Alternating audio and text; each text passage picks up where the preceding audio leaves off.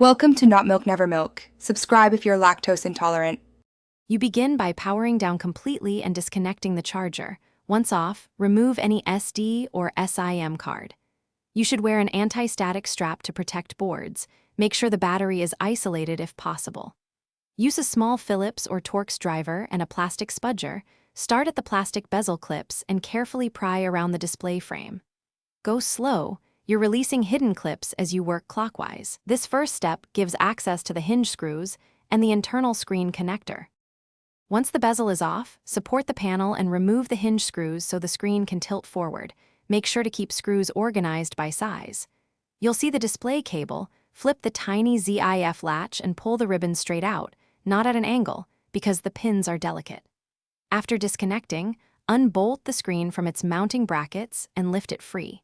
Keep the old screen flat on the padded surface to prevent glass shards, and compare the part numbers to your replacement before proceeding. You align the new screen and secure it to the same mounting points, using original screws so fit and tension remain correct. Once mounted, reconnect the display ribbon, fully unlock the ZIF latch, then reconnect the battery or power briefly to test.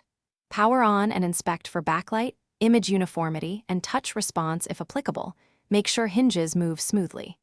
If the screen is blank or flickers, reseat the ribbon and check for bent pins. If problem persists, test with an external monitor.